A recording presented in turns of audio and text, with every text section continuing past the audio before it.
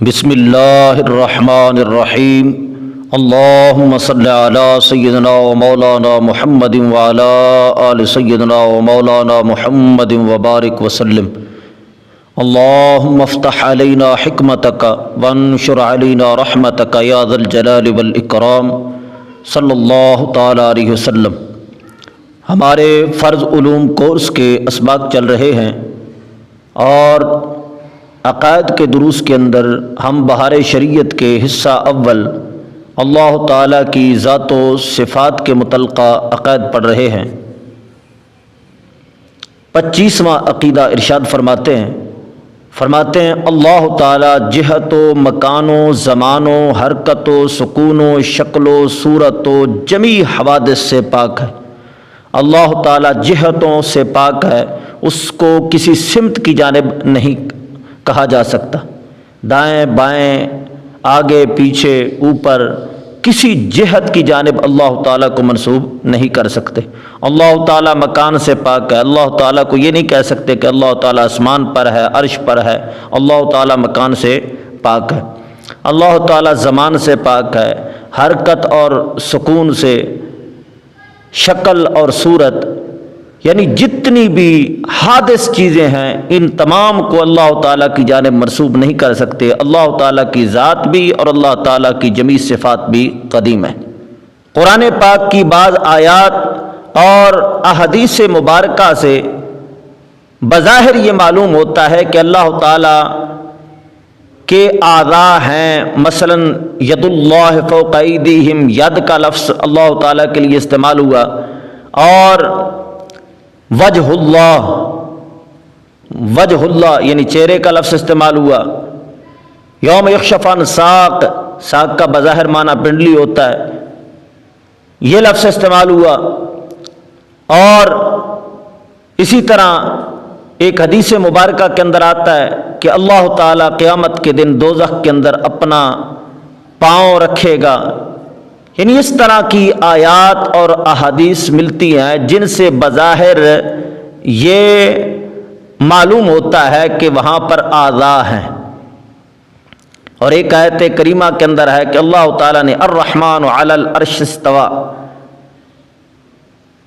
استوا کا لغوی معنی ہوتا ہے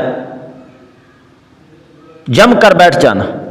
تو یہ تمام باتیں اللہ تعالیٰ کے لیے ثابت نہیں کی جا سکتی، یہ ساری کی ساری چیزیں اللہ تعالیٰ کے لیے محال ہیں۔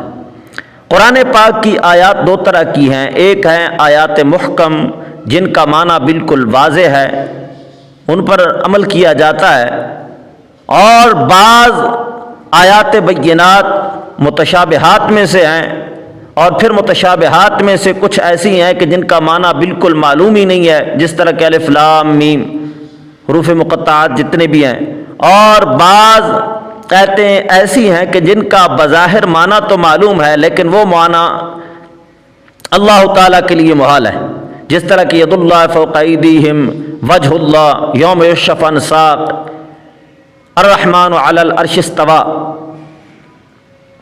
تو ایسی آیات متشابہات کے لیے حکم یہ ہے کہ ان پر ایمان رکھنا ہے، نہ ہی معنی بیان کرنا ہے، نہ ہی کوئی معنی کرنا ہے، نہ ہی تعویل کرنی ہے، تعویل بھی نہیں کرنی اور ظاہری معنی بھی نہیں سمجھنا۔ ظاہری جو معنی ہے وہ بھی اللہ تعالیٰ کے لیے محال ہے، وہ بھی اللہ تعالیٰ کی جانب منسوب نہیں کرنا، اور ان کے اندر تعویل بھی نہیں کرنی، بلکہ یہ ایمان رکھنا ہے کما یلیق بشانی، وجہ اللہ کما یلیق بشانی، جس طرح کہ اللہ تعالیٰ کی شان کے لائق ہے۔ چہرہ اس طرح نہیں ہے جس طرح کہ بظاہر لفظ سے سمجھا جا رہا ہے، یہ اللہ تعالیٰ کے لیے محال ہے۔ باقی وجہ اللہ کا کیا معنی ہے؟ وجہ اللہ یہ اللہ تعالیٰ کے لیے ثابت، لیکن اس کا معنی کیا ہے ہم نہیں جانتے۔ ہم عقیدہ ایمان رکھتے ہیں کما یلیق بشانی، ید اللہ فوق ایدیہم، ید کا معنی ہاتھ ہوتا ہے، اللہ تعالیٰ اعضاء سے پاک ہے۔ ید اللہ کا کیا معنی ہے ہم نہیں جانتے، بس ہم عقیدہ ایمان رکھتے ہیں کما یلیق بشانی۔ ہمارے اسلاف نے فرمایا کہ نہ ہی ظاہری معنی اللہ تعالیٰ کی جانب منسوب کرنا ہے، نہ ہی ان الفاظ کے اندر تعویل کرنی ہے، تعویل بھی نہیں کرنی، اور ظاہری معنی کو بھی اللہ تعالیٰ کی جانب منسوب نہیں کرنا۔ بعض ہمارے اسلاف نے عوام کو اطمینان دینے کے لیے ان کے اندر تعویل فرمائی ہے. وجہ اللہ کا معنی وجہ بمانا ذات فرمایا ہے، اور ید اللہ ید بمانا قدرت فرمایا ہے، دست قدرت. اور فرمایا کہ اس طرح کے عام محاوروں کے اندر بھی باتیں چلتی رہتی ہیں. دیکھو جس طرح کہ کوئی شخص کہتا ہے فلاں بندے کا ہاتھ بڑا لمبا ہے. اب ہاتھ لمبا ہونے کا معنی یہ نہیں ہوتا کہ اس کا ہاتھ بہت لمبا ہے، کتنے گز کا ہے، کتنے فٹ اس کی چوڑائی ہے اور کتنے گز اس کی لمبائی ہے. ہاتھ لمبا ہونے سے مراد اس کی سخاوت لی جاتی ہے. اور یہ کہا جاتا ہے کہ فلاں بندے کا ہاتھ بڑا تنگ ہے. تنگ ہونے سے یہ مراد نہیں ہوتی کہ بالکل چھوٹا سا اس کا ہاتھ ہے. ہاتھ تنگ ہونے سے مراد اس کی غربت لی جاتی ہے. نہیں، عام طور پہ محاورے کے اندر یہ بات چلتی رہتی ہے. تو اسی طرح یہاں پر بھی ید سے مراد قدرت ہے. بعض ہمارے علماء نے عوام کو اطمینان دینے کے لیے اس کے اندر تعویل کی ہے. وجہ بمانا ذات فرمایا ہے، ید بمانا قدرت فرمایا ہے، اور الرحمن علی العرش استویٰ کا معنی فرمایا ہے کہ یہاں پر ارادہ مراد ہے کہ خلق الارض والسماوات العلی، اللہ تعالیٰ نے 6 دنوں کے اندر زمین و آسمان کو پیدا فرمایا اور پھر عرش کا ارادہ فرمایا.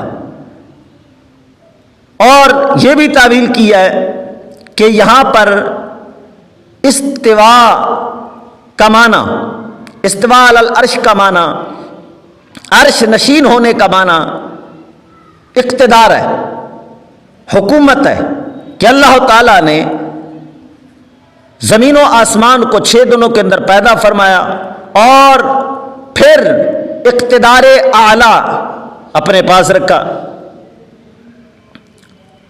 زمین و آسمان پر حکومت فرمائی. اور یہ عام طور پر محاورے کے اندر چلتا رہتا ہے کہ جس طرح کہا جاتا ہے کہ فلاں بندہ تخت نشین ہو گیا ہے، یعنی جس کے پاس حکومت آتی ہے اس کو کہتے ہیں کہ فلاں بندہ تخت نشین ہو گیا، حالانکہ وہ تخت پر شاید کبھی بیٹھا ہی نہ ہو، یا اس وقت تخت نشین نہ ہو، تخت پر نہ بیٹھا ہو. تخت نشین ہونے کا معنی یہ نہیں ہوتا کہ ایک تختہ بنایا جاتا ہے اور اس پر جو بیٹھتا ہے، جس کی حکومت ہوتی ہے، اس کو اس تختے پر بیٹھنا پڑتا ہے.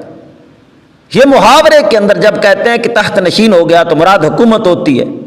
یا کہتے ہیں کہ فلاں بندہ چیئرمین بن گیا، چیئر بمانا کرسی ہے، مین بمانا بندہ، یعنی چیئرمین اس بندے کو کہتے ہیں کہ جو اس علاقے کا بڑا بن جائے، اس کو اس علاقے کا اقتدار مل جائے.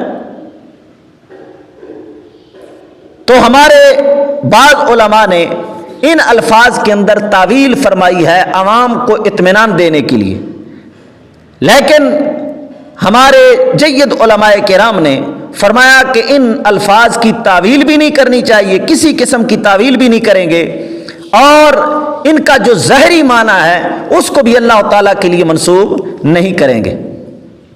اور یہ تو بالکل واضح اور بدیہی سی بات ہے کہ ایک لفظ اور ایک صفت موصوف کے بدلنے سے اس کی کیفیت بدل جاتی ہے. صفت ایک ہی ہوتی ہے لیکن جب اس کا موصوف بدلتا ہے تو اس کی کیفیت بدل جاتی ہے. مثلا آنا یہ لفظ ہے، اس کو ایک موصوف کی جانب منسوب کریں گے تو معنی اور ہوگا، کیفیت اور ہوگی، اور دوسرے کی جانب منسوب کریں گے تو کیفیت اور ہوگی. مثلا ہم کہتے ہیں کہ بارش آئی، اب بارش کا آنا اس کی کیفیت اور ہے، اور کہتے ہیں کہ بخار آیا، اب بخار کا آنا اور بارش کا آنا دونوں کی کیفیت جدا جدا ہے. اس آنے کو جب منسوب کریں گے بارش کی جانب تو کیفیت اور اگر اس کو بخار کی جانب منسوب کریں گے تو کیفیت اور ہوگی. اور اگر کہو بادل آیا تو بادل کے آنے کی کیفیت اور، بارش آئی بارش کے آنے کی کیفیت اور. کوئی بندہ سفر کر رہا ہے اور کہتا ہے کہ اسلام آباد آ گیا، اب بارش کا آنا وہ اور کیفیت رکھتا ہے، آسمان سے اترنا، اور جب کوئی چلتے چلتے یہ کہتا ہے کہ اسلام آباد آ گیا تو اب اسلام آباد کا آنا اس کی کیفیت اور ہے. کوئی بندہ کہتا ہے کہ فلاں کو بخار چڑھ گیا، یہ فلاں شخص لیٹا ہوا تھا اور اس پر فلاں چیز مثلا بلی یا کوئی جانور چڑھ گیا۔ اب بخار کا چڑھنا اور کسی جانور کا کسی شخص پر چڑھنا، اس کی کیفیت اور ہے۔ کوئی یہ نہیں کہے گا یار بخار جب تجھ پر چڑھ رہا تھا تو چھلانگ لگا دیتا، تو بخار کو نہ چڑھنے دیتا، یہ کوئی بھی نہیں کہے گا، کیونکہ بخار کا چڑھنا یہ اور کیفیت رکھتا ہے۔ اور اگر یہ کہے کہ میں لیٹا ہوا تھا تو میرے اوپر سانپ چڑھ گیا، بچھو چڑھ گیا، اب ہر شخص کہے گا یار تو لیٹا رہے، اچھلا کودا کیوں نہیں ہے، اس کو پرے کیوں نہیں پھینکا؟ تو اب بخار کا چڑھنا اور کیفیت رکھتا ہے، اور کسی جانور کا کسی انسان پر چڑھ جانا یہ اور کیفیت رکھتا ہے۔ اور اگر یہ کہا جائے کہ بخار اتر گیا تو اس کی اور کیفیت ہے۔ اور پانی اتر گیا، سیلاب آ رہا تھا، فلاں نالے کے اندر پانی آ رہا تھا، پانی اتر گیا، اب پانی کا اترنا اس کی کیفیت اور ہے، اور بخار کا اترنا اس کی کیفیت اور ہے۔ تو لہذا موصوف کے بدلنے سے معنی بدل جاتا ہے۔ اب کسی لفظ کا کما حقہ معنی سمجھنے سے پہلے اس کے موصوف کو سمجھنا ضروری ہوتا ہے۔ آنا جانا چڑھنا اترنا یہ جتنے بھی لفظ ہیں جب کسی کی جانب منسوب کر رہے ہیں تو اس کا کما حقہ معنی اس وقت سمجھ آئے گا جب موصوف کی حقیقت کو پہلے سمجھا جائے۔ بلا تشبیہ و مثال اللہ تعالیٰ کی جتنی بھی صفات ہیں ان صفات کا تعارف، ان صفات کا فہم اللہ تعالیٰ کی ذات کے فہم پر موقوف ہے۔ ان صفات کا کما حقہ فہم اس وقت ہوگا جب اللہ تعالیٰ کی ذات کا فہم ہو۔ تو جب اللہ تعالیٰ کی ذات کا کما حقہ ادراک ہو ہی نہیں سکتا تو لہذا اللہ تعالیٰ کی صفات کا بھی ادراک نہیں ہو سکتا۔ ہاں اللہ تعالیٰ کے افعال کے ذریعے بعض صفات کا کچھ نہ کچھ علم اور پھر صفات کے ذریعے کچھ نہ کچھ اللہ تعالیٰ کی ذات کا علم ہو جاتا ہے، لیکن اللہ تعالیٰ کی ذات کو کما حقہ عقل سمجھ جائے اور اللہ تعالیٰ کی ذات کا کما حقہ ادراک عقل میں آ جائے یہ ہو ہی نہیں سکتا۔ جب اللہ تعالیٰ کی ذات کا ادراک نہیں آ سکتا تو لہٰذا اس کی جانب جتنے بھی منسوب اوصاف ہیں، صفتیں ہیں، تو چونکہ صفتوں کا سمجھنا ذات کے سمجھنے پر موقوف ہوتا ہے، تو جب ذات کا ہی ادراک نہیں ہو سکتا تو کما حقہ صفات کا علم بھی نہیں ہو سکتا۔ تو لہذا اللہ تعالیٰ کے لیے جتنے بھی یہ آیات متشابہات اور جتنے بھی یہ متشابہ لفظ منسوب ہوئے ہیں ان پر عقیدہ ایمان رکھنا چاہیے، اور ساتھ ہی ساتھ یہ کہنا چاہیے کما یلیق بشانہ، جس طرح کے اس کی شان کے لائق ہے۔ ید اللہ تعالیٰ کا ہے لیکن ہمارے ہاتھ کی طرح نہیں ہے۔ کیسے ہے؟ کما یلیق بشانہ، وہاں پر قدم ہے لیکن کما یلیق بشانہ، وہاں پر وجہ ہے کما یلیق بشانہ۔ اللہ تعالیٰ نے عرش پر استوا فرمایا لیکن اس کی کیفیت ہم نہیں جانتے، کما یلیق بشانہ۔ اسی وجہ سے ہمارے امام اہل سنت فاضل بریلوی رضی اللہ تعالیٰ عنہ نے ان آیات متشابہات کا جہاں کہیں بھی یہ الفاظ آئے تو معنی نہیں فرمایا۔ مثلا الرحمن علی العرش استوى کا معنی بعض نے یہ کیا کہ اللہ تعالیٰ عرش پر بیٹھا، اللہ تعالیٰ عرش پر مقیم ہوا، اس طرح کے معنی کیے، لیکن ہمارے امام اہل سنت فاضل بریلوی رضی اللہ تعالیٰ عنہ نے یہاں پر معنی کیا کہ اللہ تعالیٰ نے عرش پر استوا فرمایا جس طرح کہ اس کی شان کے لائق ہے۔ تو لہذا آیات متشابہات کے اوپر عقیدہ ایمان رکھنا چاہیے، ان کے اندر زیادہ گھسنے کی ضرورت نہیں ہے، ان کا معنی تلاش کرنے کی ضرورت نہیں ہے، بلکہ اللہ تعالیٰ نے فرمایا کہ جن کا دل کے اندر ٹیڑھا پن ہے، جو منافقت رکھتے ہیں، ایسے بندے ہی آیات متشابہات کے معنی کی جان بین کریں گے، اور جو صحابہ کرام کی طرح عقیدہ ایمان رکھنے والے ہیں وہ فقط ایمان رکھیں گے، اس کے معنی کے پیچھے نہیں دوڑیں گے۔ سورہ آل عمران کے اندر اللہ تعالیٰ نے حد بندی فرما دی کہ فرمایا آیات محکمات جو ہیں ان پر تو عمل پیرا رہنا ہے، اور آیات متشابہات کے سلسلہ میں تمہارے لیے حکم یہ ہے کہ یہاں پر تم نے رکنا ہے، اس کے معنی کی چھان بین نہیں کرنی۔ اللہ تعالیٰ نے جتنے بھی احکام اتارے ہیں ان کے اندر بندوں کی آزمائش ہے۔ آیات محکمات اتاری تو آزمائش اس طرح ہے کہ اللہ تعالیٰ دیکھنا چاہتا ہے کہ کون ہے عمل کرتا ہے، کون ہے نہیں کرتا، اور آیات متشابہات اللہ تعالیٰ نے اتاری اور پھر منع فرما دیا کہ ان کے معنی کی چھان بین نہیں کرنی، ایمان رکھنا ہے، معنی کی چھان بین نہیں کرنی۔ اب بندوں کی اس میں آزمائش یہ ہے کہ اللہ تعالیٰ دیکھنا چاہتا ہے کہ کون ہے جو میری لگائی گئی قید پر رک جاتا ہے اور کون ہے جو حد سے آگے بڑھتا ہے۔ سورہ آل عمران کی آیت نمبر 7 کے اندر اللہ تعالیٰ نے فرمایا هو الذی انزل علیک الکتاب منہ آیات محکمات ہن ام الکتاب واخر متشابہات۔ اللہ تعالیٰ نے کتاب نازل کی، اس کے اندر بعض آیتیں محکم ہیں جن کو ام الکتاب کہا جاتا ہے، یعنی بالکل واضح آیتیں ہیں، واخر متشابہات اور بعض متشابہ آیتیں ہیں۔ فرمایا فَأَمَّا الَّذِينَ فِي قُلُوبِهِمْ زَيْغٌ، جن کے دل کے اندر ٹیڑھا پن ہے، دلوں کے اندر کجی ہے، فرمایا فَيَتَّبِعُونَ مَا تَشَابَهَ مِنْهُ ابْتِغَاءَ الْفِتْنَةِ وَابْتِغَاءَ تَأْوِيلِهِ، فرمایا کہ وہ اس کے معنی کے پیچھے دوڑتے ہیں تاکہ لوگوں کے اندر فتنہ بپا کریں اور اس کی تعویل تلاش کریں۔ فرمایا وَمَا يَعْلَمُ تَأْوِيلَهُ إِلَّا اللَّهُ، حالانکہ اس کی تعویل کو نہیں جانتا مگر اللہ تعالی، والراسخون فی العلم، اور علم کے اندر رسوخ رکھنے والے افراد، یعنی جن کو اللہ تعالیٰ نے علم دیا ہے، انبیاء ہیں اللہ تعالیٰ کے پیارے، جن کو اللہ تعالیٰ نے علم دیا ہے، یہ علم تو انہی کے پاس ہے۔ تو جو بندہ فرمایا ان کے معنی کے پیچھے دوڑے گا، تعویلیں تلاش کرے گا، فرمایا وہ بندہ اس کے دل کے اندر ٹیڑھا پن ہے۔ تو لہذا یہ عقیدہ رکھنا ہے کہ اللہ تعالیٰ جہت، مکان، زمان، حرکت، سکون، شکل، صورت، جمیع حوادثات سے پاک ہے۔ اللہ تعالیٰ کو یہ نہیں کہہ سکتے کہ اللہ تعالیٰ اوپر ہے، اللہ تعالیٰ عرش پر ہے۔ بعض یہ جملہ کہہ دیتے ہیں کہ اوپر والا جیسے چاہے گا ویسے ہوگا۔ اللہ تعالیٰ کو اوپر نہیں کہہ سکتے، اللہ تعالیٰ مکان سے پاک ہے۔ اللہ تعالیٰ کے لیے مکان ثابت کرنا، اس کے اندر بہت بڑی خرابیاں ہیں۔ ایک تو یہ کہ جب کہو گے کہ اللہ تعالیٰ کے لیے مکان ہے تو یہ چیز مکان کے اندر ہوتی ہے وہ محتاج ہوتی ہے مکان کی۔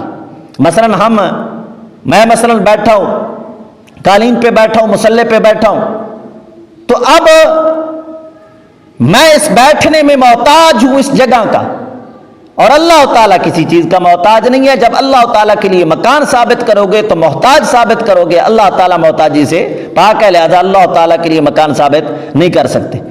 دوسرا یہ کہ جب اللہ تعالیٰ کے لیے یہ چیزیں زمان ثابت کرو گے، مکان ثابت کرو گے، تو پھر اللہ تعالیٰ کے لیے اعضاء ثابت کرنے پڑیں گے، جسم ثابت کرنے پڑے گا، اور جسم مرکب ہوتا ہے، مختلف چیزوں سے مل کر بنتا ہے، چند چیزوں سے مل کر بنتا ہے، اور جو چیز چند چیزوں سے مل کر بنے، مرکب ہو، وہ حادث ہوتی ہے۔ تو لہذا اللہ تعالیٰ کی جانب حدوث کی نسبت ہو جائے گی۔ اللہ تعالیٰ کو حادث کہنا جس طرح کفر ہے، اسی طرح کوئی ایسی چیز اللہ تعالیٰ کی جانب منسوب کرنا کہ جس سے اللہ تعالیٰ کا حادث ہونا لازم ہے، یہ بھی کفر ہے۔ لہذا اللہ تعالیٰ جہت، مکان، زمان، حرکت، سکون، جمیع حوادثات سے پاک ہے۔ عقیدہ نمبر 26، دنیا کی زندگی میں اللہ تعالیٰ عز و جل کا دیدار نبی اکرم صلی اللہ تعالیٰ علیہ وسلم کے لیے خاص ہے۔ دنیاوی زندگی کے اندر جاگتے ہوئے اللہ تعالیٰ کا دیدار کرنا یہ حضور اکرم صلی اللہ تعالیٰ علیہ وسلم کا خاص ہے، کسی دوسرے نبی کے لیے بھی ممکن نہیں۔ حضرت موسیٰ علیہ السلام نے عرض کی تھی رب ارنی، یا اللہ اپنا دیدار کرا، تو حکم ملا تھا لن ترانی۔ جب موسیٰ علیہ السلام ان جیسے جلیل القدر پیغمبر اللہ تعالیٰ کا دیدار نہیں کر سکے، اللہ تعالیٰ کا دیدار دنیاوی زندگی کے اندر یہ حضور اکرم صلی اللہ تعالیٰ علیہ وسلم کا خاص ہے۔ دنیاوی زندگی کے اندر جاگتے ہوئے اللہ تعالیٰ کا دیدار کرنا یہ حضور اکرم صلی اللہ تعالیٰ علیہ وسلم کا خاص ہے، کسی دوسرے مسلمان کو، نبی کو، ولی کو، صحابی کو یہ حاصل نہیں ہوا۔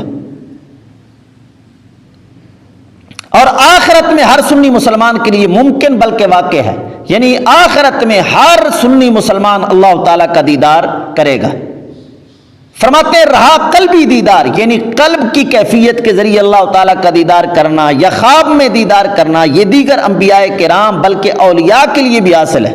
دوسرے انبیاء کرام کو بھی ہوا بلکہ اولیاء کرام کو بھی حاصل ہے۔ ہمارے امام اعظم ابو حنیفہ کو خواب میں 100 بار اللہ تعالیٰ کی زیارت نصیب ہوئی۔ یہ اللہ تعالیٰ کے پیاروں کو بھی خواب کے اندر یا قلبی دیدار ہوتا رہتا ہے۔ جس طرح کہ حضرت علی کرم اللہ تعالیٰ وجہ الکریم سے پوچھا گیا کہ اللہ تعالیٰ کی عبادت کرتے ہو، کبھی اللہ تعالیٰ کی زیارت بھی ہوئی ہے؟ تو حضرت علی کرم اللہ تعالیٰ وجہ الکریم نے فرمایا میں اس وقت تک سجدے سے سر نہیں اٹھاتا جب تک اللہ تعالیٰ کا دیدار نہ کر لوں۔ تو آپ سے پوچھا گیا کہ اللہ تعالیٰ کا دیدار ممکن ہے؟ فرمایا ممکن ہے لیکن دل کی نگاہوں سے، یعنی آپ نے بتا دیا کہ یہ جو ظاہری آنکھیں ہیں، ان آنکھوں کے ذریعے اللہ تعالیٰ کا دیدار کرنا دنیاوی زندگی کے اندر یہ ہر کسی کی بات نہیں ہے، یہ حضور اکرم صلی اللہ تعالیٰ علیہ وسلم کا خاصہ ہے۔ عقیدہ نمبر 27، اس کا دیدار بلا کیف ہے، یعنی دیکھیں گے اور یہ نہیں کہہ سکتے کیسے دیکھیں گے۔ اللہ تعالیٰ کے دیدار کی کوئی کیفیت نہیں ہے۔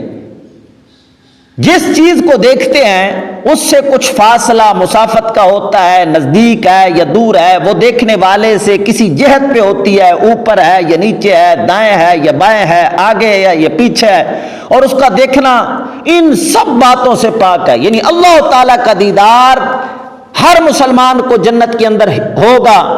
حضور اکرم صلی اللہ تعالیٰ علیہ وسلم نے اللہ تعالیٰ کا دیدار فرمایا، لیکن اس کے اندر یہ ساری باتیں نہیں ہیں، کوئی جہت نہیں کہہ سکتے، دائیں بائیں آگے پیچھے اوپر، ان ساری جہتوں سے اللہ تعالیٰ پاک ہے، زمان سے اللہ تعالیٰ پاک ہے۔ پھر رہا یہ کہ کیوں کر ہوگا جب جہت نہیں ہے، جس چیز کو بھی دیکھتے ہیں وہ دائیں ہوتی ہے یا بائیں ہوتی ہے، آگے ہوتی ہے یا پیچھے ہوتی ہے، اوپر ہوتی ہے یا نیچے ہوتی ہے، تو جب اللہ تعالیٰ کا دیدار ہوگا ان میں یہ چیزیں جب نہیں ہیں تو پھر کیسے دیدار ہوگا؟ تو فرماتے ہیں یہی تو کہا جاتا ہے کہ کیوں کر کو یہاں دخل نہیں، انشاءاللہ تعالیٰ جب دیکھیں گے اس وقت بتا دیں گے۔ اس کی سب باتوں کا خلاصہ یہ ہے کہ جہاں تک عقل پہنچتی ہے وہ خدا نہیں، اور جو خدا ہے اس تک عقل رسا نہیں۔ جو خدا ہے وہاں پر عقل نہیں پہنچ سکتی، اور جو عقل میں آ جائے وہ خدا نہیں ہے۔